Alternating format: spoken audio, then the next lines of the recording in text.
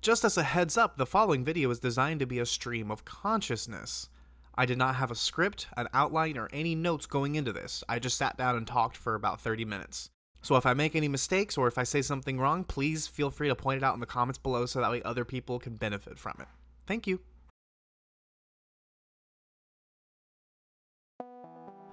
So, why don't we talk about Fallout 76? The current game that everybody, at least those of you who care about Fallout, are talking about. And I say that with a huge asterisk, mostly because it's a multiplayer game. Which is kind of weird, talking about Fallout in the scale of multiplayer, but that's what makes it so interesting to talk about, is the fact that it is Fallout, but it's also multiplayer. But it's also Fallout, so it kind of doesn't work. But it's also multiplayer, so it does work. It's really weird, but don't worry, we'll get to that in a moment. Fallout 76, post-apocalyptic nuclear wasteland, blah, blah. Everybody knows all that bullshit. What I want to talk about is all the fun stuff. Why does this game exist? Well, you can ask multiple people and you'll get different answers. One person will tell you, well dude, it's so I can play with Jimbo down the street, and it's like we just like hunt together, and it's like I can like cook and like build a fortress of like solitude that tells you to fuck off, you know, it's fine. But the other part is like, the whole point of Fallout is this desolate wasteland that you explore by yourself in the wilderness and in desolate ruins and in just ruined locations, because the whole point of Fallout is you survived a nuclear fucking war and there's not a whole lot around, but you're like playing it with other people. It's fucking what the fuck. To gather my thoughts, the whole existence of this is to cater to a different fan base than what caters to Fallout 4 and Fallout New Vegas and Fallout 3. And then that caters to a different fan base than Fallout 2 and 1 do. And then there's like the weird Van Buren thing, and there's Fallout Tactics, which is also a different thing. So I guess what I'm trying to say is, if you don't like it, then suck it up, because basically the entire franchise is... Oh, the intro might have been a joke, but I'm gonna get fucking stabbed for this one. Let's take a step back here. Before we get into the other games, let's talk about this game. Fallout 76 is a post-apocalyptic nuclear wasteland, blah blah blah, we went into all that already. The important thing to know is, have you played Fallout 4? Alright, you're gonna feel at home. If you haven't played Fallout 4, well, just buckle up. It's gonna be a bumpy ride. The whole point is you emerge from the vault, Vault 76. This is a control vault, which is unlike most of the vaults that Vault-Tec has deployed over the years, in which that it's just a standard vault. You survive for a generation, survive out the nuclear fallout, all the bombs falling, for roughly 20, 25, 30 years, whatever the definition of a generation is that they're deciding to follow. Because if you Google it, there's like 80 different definitions, there's whatever, fuck it. And then your character wakes up, and then you're like, okay, well, you know, I'm doing a thing. You do the character creator thing, and then... Okay, and then you fix your FOV, and then you can actually fucking see in this game. Of which everybody will tell you it's actually impossible, but that's because they don't know how to fucking INI mod. You just add it to the INI, and then you just set it to read-only like you do in every other fucking game. I don't understand why this is so complicated. Okay, well I can see now, so we're just gonna explore around, and then you just go through like the default tutorial thing. It gives you a bunch of items that you need. You don't really need to do this, but like I said, it gives you a bunch of free items, so might as fucking well. It's a survival game, and then you're out. And then that's kind of it. There is a story that you can follow if you really care. You can track down the Overseer's movements. She kind of gives you radio logs, moving from place to place, different camps, different main cities, so on and so forth. You can follow that subplot if you want, but once you walk out the front door to Vault 76, that's basically it. The game goes hands off. It encourages you to go very specific directions, which I'm sure 90% of people will do, just because of the design of the level, which is really well done, might I add. Anyway, you just follow the natural progression of the level, and then just bam, yeah, there you go. You're at the next Overseer thing. It's a camp, and then you look around, and there's probably a dude using it. Just ignore him, don't shoot him, because he'll probably kill you, because he's probably a higher level than you, and you just follow the trail. Or you can go off and explore in whatever direction you want. And that's kind of the allure of the game in a way, is the whole exploration, survival in the wilderness aspect of things. The whole point is this does not play like most Fallout games. Yeah, granted, the way I play Fallout 3 nowadays is I kind of ignore all of downtown DC and just sprint straight to the other vault where I can meet my dad and skip like basically the first third of the game. And that's kind of the design philosophy they approach for Fallout 76, where we're not forcing you to do one thing or the other, we just want you to do your thing. Part of the fan base is really going to like that, and part of it is really gonna hate it, because holy shit. The reason why I brought up liking Fallout 4 earlier on is because the game's quest system plays a lot more like Fallout 4. As, you know, the rest of the game does too, because it's based on Fallout 4's engine. But besides that, story-wise, it plays off of Fallout 4's quest system, where you just kind of find things, and then somebody will tell you where to go, and then you follow that, and then somebody will tell you where to go, and then you follow that, and somebody will tell you where to go, and then you follow that, and somebody will tell you where to go, and then you follow that, and somebody will tell you where to go, and then you follow that, and somebody will tell you where to go. Oh, I beat the game. Yeah, I realize that's a really generic and cheap looking way to look at RPG story mechanics, but just fuck it, like, I'm trying to prove a point here. Fallout 4 was a lot more of a crafted experience. Yes, the map is 1/4 the size of the map of Fallout 76, but there's so much more to do in Fallout 4 because it's such a crafted experience. The developers know when you're going to arrive, for the most part, at least for the first few times. They know when you're going to arrive at the main hub city. They know when you're going to leave Vault 111. They know when you're going to reach Salem. They know when you're going to reach the Glowing Sea. So they can kind of design things along the path to flow into it, and flow into the story, flow into the weapon design, flow into the enemy design, all that fun stuff. You can't really take that approach of Fallout 76. You have to design it more like an MMO, where it's like, okay, this is the 1 to 10 level area. This is the 11 to 16 area. And you kind of go from there. And that's a good thing and a bad thing. It kind of doesn't work for a shooter, specifically because you're just kind of turning yourself into Borderlands at that point, where you're just showing up. Hopefully you have squad mates in order to do whatever weird objective you have, which is like, oh, pick up 10 blood packs from Grognag the Nasty, who just happens to be a super mutant in the area, and just voila, you get your 120 caps and you're leveled up. Cool, kiddo. And it at its core, it plays a lot more like Borderlands, or a lot more like an MMO than it does Fallout. And I have a feeling a lot of that actually suffers from Fallout 4's design, because Fallout 4 was designed to be a much simpler Fallout game from the beginning. All you have to do is look at mechanics like the crippled limb system to really tell about how simplified Fallout 4 was as a game. Yes, I know, that's one fucking mechanic! However, it's symptomatic of the actual design philosophy and iteration process that Fallout 4 went through as it was being made.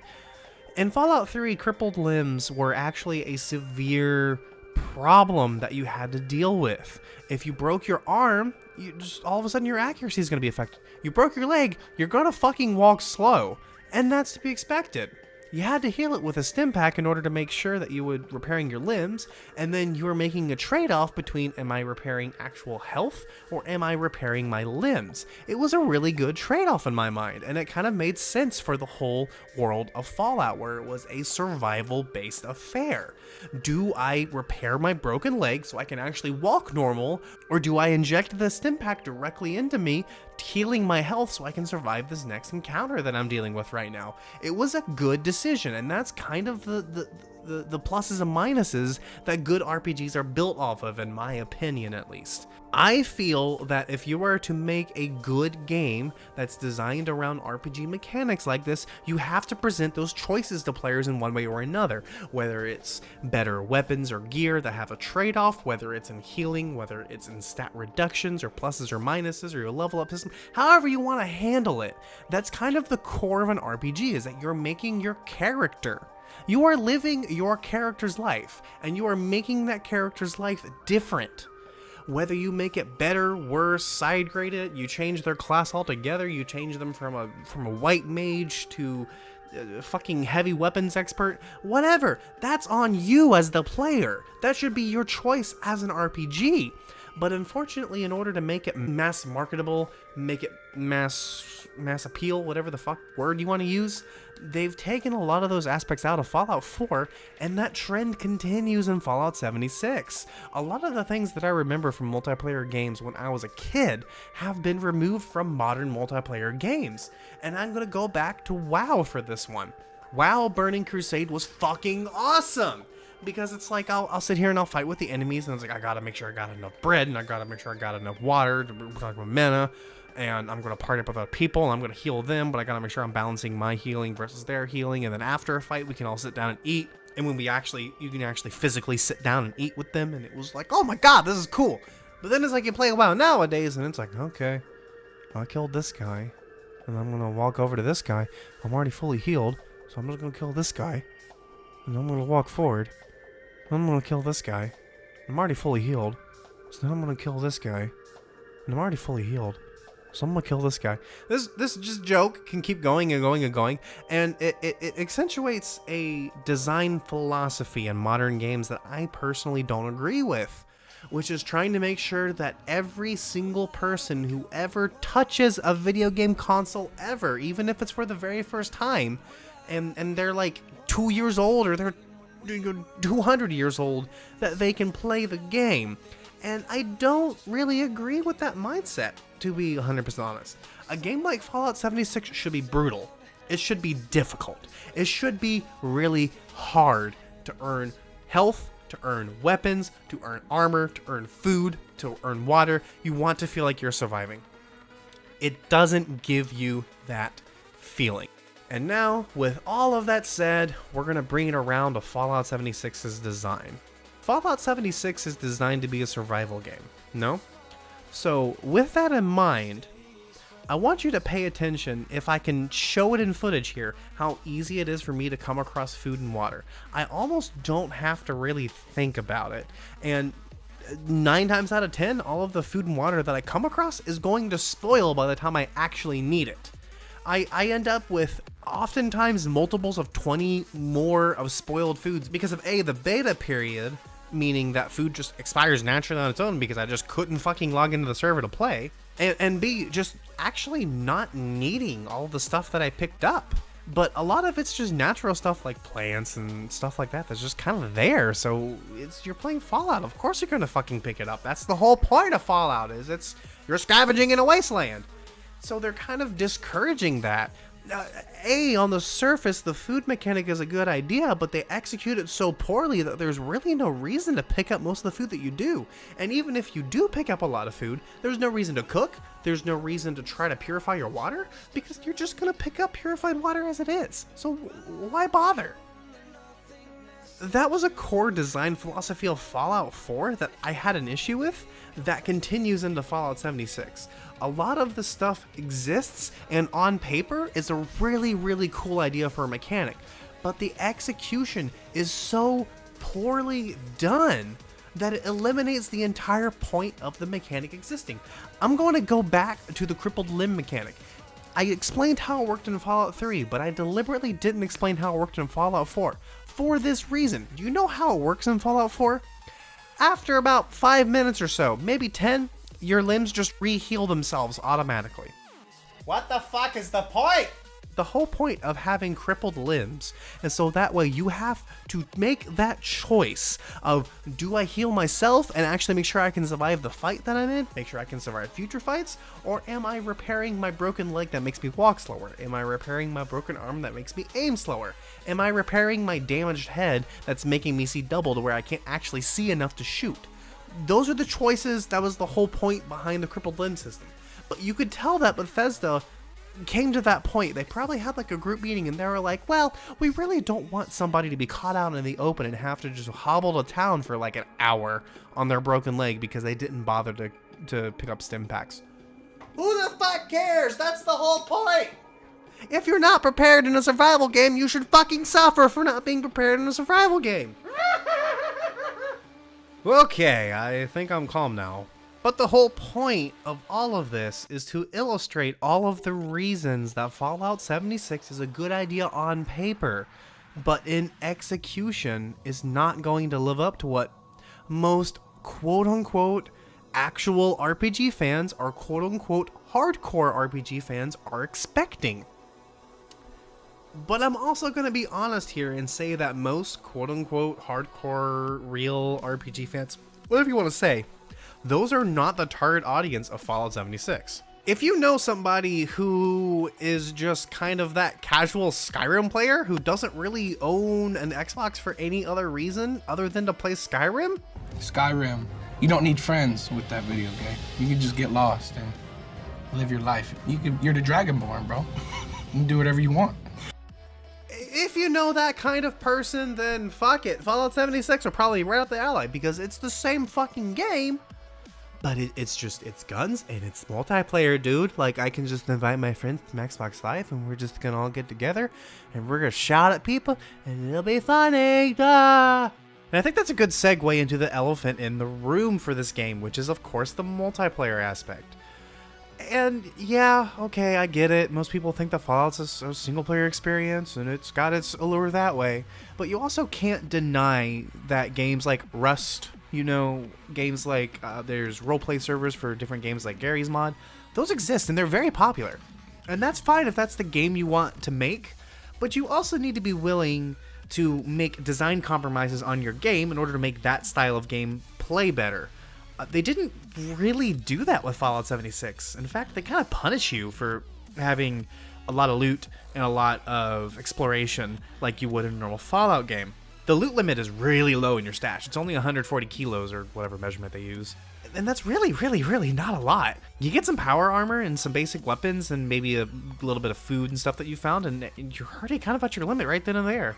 Not to mention there are a lot of accounts on the Fallout 76 subreddit of people who left one major encounter and then wound right back up in another major encounter and then ran back out to fight the first major encounter and ended up killing both of them, only to find out that they can't even take all the loot home because they just don't have enough room. And even if they did take it all home, they'd be stuck with it in their backpack because their stash is overloaded. The social aspect was just not very well thought out, unfortunately. It very much feels like the developers kind of had one playstyle in mind, and that playstyle works when you're in a closed testing environment and everybody kind of knows the quote-unquote rules that they're supposed to play by. But when you're taking an existing franchise and converting it to another platform, whether that's converting from console to PC, or converting from RPG to shooter, or you're converting from single player to multiplayer, you have to make certain design concessions in the way that your game is built. There's a reason why Elder Scrolls Online plays more like WoW than it would a normal Elder Scrolls game. There's a reason why games like Borderlands have a dynamic difficulty system where enemies scale up in health and damage that they do to you when you're playing co-op. It's to make co-op not as much of a thing that you can just show up and face roll people. They cater to that co-op audience. And Fallout 76 doesn't really seem to do that. It gives you some emotes. Okay, sure, you can talk to people that way, I guess. But they're kind of limited, and without spending some Todd Howard fun bucks, I really don't see a way that you're able to get more. There might be some crest rewards or something like that. Unfortunately, I only played the beta, so I don't know. I didn't look at the Real Money House at all because having the Real Money House live during a beta is just, what the fuck? The only real social experience I had in the game was once. That's not even me trying to be funny. That's actually just true. There was one dude who was actually two people playing the same game, but I'm going to count it as one dude.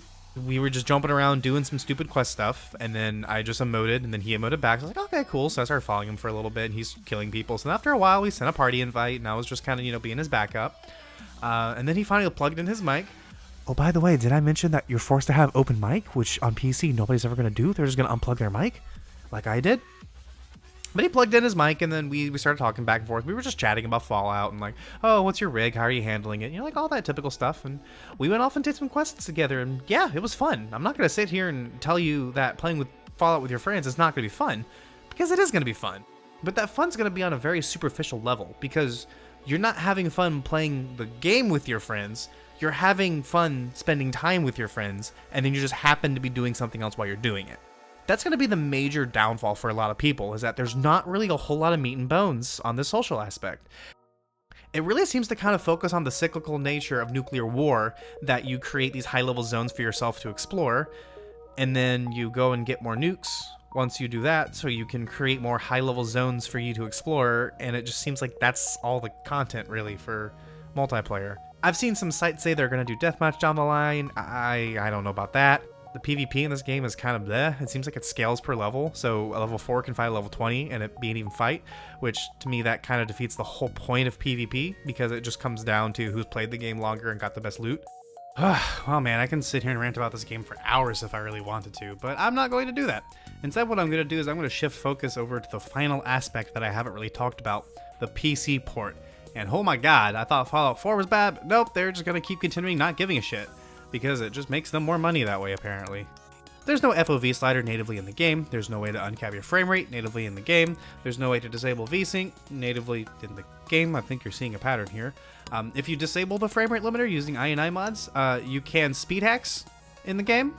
Your character just does things faster because Bethesda doesn't know the concept of delta time. You know, the timekeeping measurement that's been in every graphics processing pipeline for ever now. They also seem to have taken a Scout's Honor approach to not modding the game. I'm not going to get super into details here because I know a lot of things about the engine, but I'm nowhere near a modder of the game, so I can't really give you specifics on how the files are structured or stuff like that. But I can tell you that they're similar enough that within the first day or two of the beta going live, there was already a Nexus mods page for it for texture mods. And I also saw some rumors that you can edit the map files locally somehow and recompile them with changes in geometry, for example, and make certain things, walk throughable.